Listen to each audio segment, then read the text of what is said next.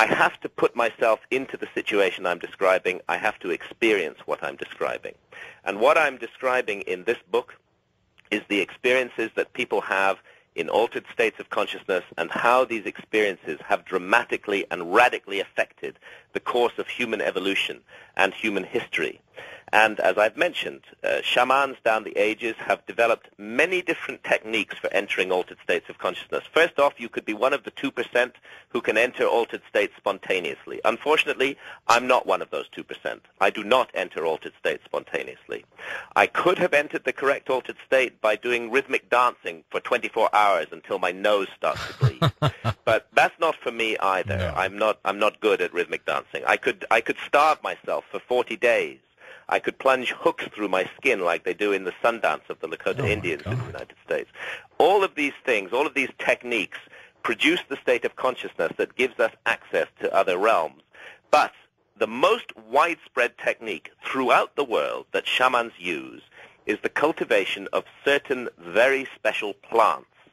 And these plants contain what our scientists call hallucinogenic substances, and again our scientists tend to dismiss their importance. And these plants put us into the correct altered state. So I decided that what I needed to do to have the experiences that I was going to be writing about was, first of all, to go to the Amazon rainforest. And I went there and I spent 5 weeks there with different shamans throughout the Amazon, drinking a substance called ayahuasca. Now, in the United States, and let's state this very clearly at the outset, ayahuasca is an illegal drug. Ayahuasca is a Schedule I drug.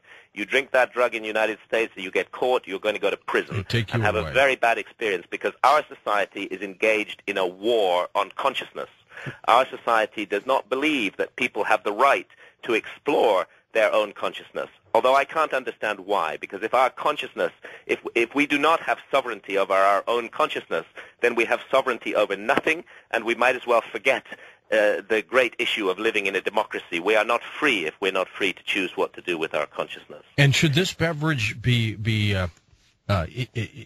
taken under the guise of a shaman? Yes, I believe absolutely that the ayahuasca beverage must be drunk under the guidance of a shaman, and that's why I went to the Amazon to drink it. These are very powerful substances. The experiences that one has on them can be extremely disturbing, and it's very important to be in the company of an individual or individuals who've been there before and who know what's going on. Mm-hmm. And this substance is an astonishing mixture of 2 different plants. There are 80,000 different species of plants and trees in the Amazon. Out of those, the tribal peoples of the Amazon discovered that 2 particular plants, when mixed together, produce these astonishing effects. And scientists who've looked into this cannot understand how they managed to realize the effects of combining these 2 plants. One of them is a vine, which is in fact the ayahuasca vine, and the word ayahuasca means the vine of souls. Interesting. And the other is a leaf from a bush called Psychotria viridis. They call it chacruna in the Amazon. If you consume that leaf on its own, it will have no effect whatsoever. It contains a powerful hallucinogen called DMT, but an enzyme in the stomach destroys DMT on contact. The mystery is that the other ingredient, the ayahuasca vine, switches off that enzyme in the stomach and allows the DMT to be ingested orally and then produces these astonishing effects. And I drank ayahuasca 11 times in the Amazon, and it transported me into an absolutely convincing, seamlessly convincing 11. Alternative reality filled with intelligent beings, many of them very like the aliens that UFO abductees describe, who I had never believed in before. I believe in them now because I experienced them directly under the influence of ayahuasca. Do they communicate with you, Graham? Yes, they communicate, and the communication is telepathic. It is wordless. You sense that it's rather like, I'll tell you what it's like. It's like going for the first time to a country you've never been to before, where they speak a different language from you. And you meet a person in that country, and that person has something very important to tell you, and you need to hear what that person's got to say. But you don't know the rules of communication yet. you're a stranger in a strange land. And that's what I felt like with my first ayahuasca visions, that I had to learn a whole new code of communication and contact in these altered states of consciousness. And I would say towards the 11th time that I drank ayahuasca, I was beginning to get to the point where clear information was coming through. And I could understand exactly why shamans say that this plant is a teacher, that it contains lessons for us. It passes valuable and vital information to us, not only about the healing properties of plants, but also about our own personalities and what we need to do to better and improve ourselves as human beings. All of this is part of the ayahuasca experience as well. And although we in our culture despise and revile drugs, I need to emphasize that not all drugs are the same. And in fact, ayahuasca has been used very successfully in getting people who are addicted to hard drugs, to dangerous, dreadful drugs like heroin and cocaine. It's been very successful in getting people off their addiction without withdrawal symptoms.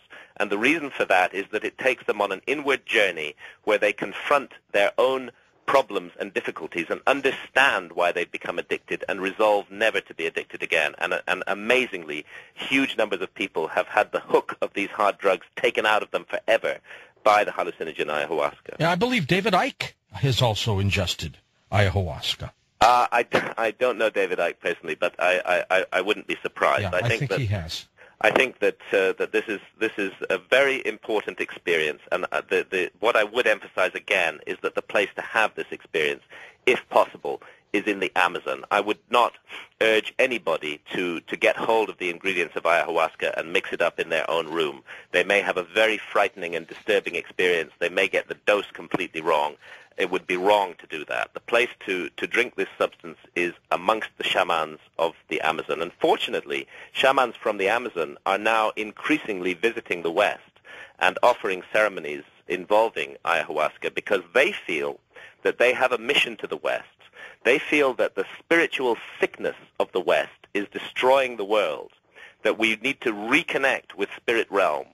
We need to shake up our consciousness and understand what we're doing to the planet, what we're doing to the Amazon rainforest. And so the shamans of that area feel that they have something vital to teach us, and I think they're right.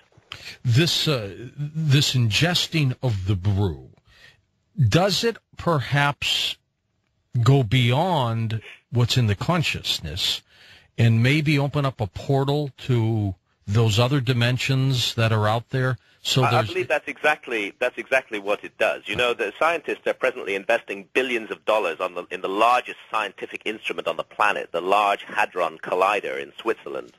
And the purpose for that is to use this world's science to explore parallel universes. Quantum physicists are already convinced parallel universes exist, but they don't know how to get into them. Maybe the answer has been much simpler all along than multi-billion-dollar gigantic machines.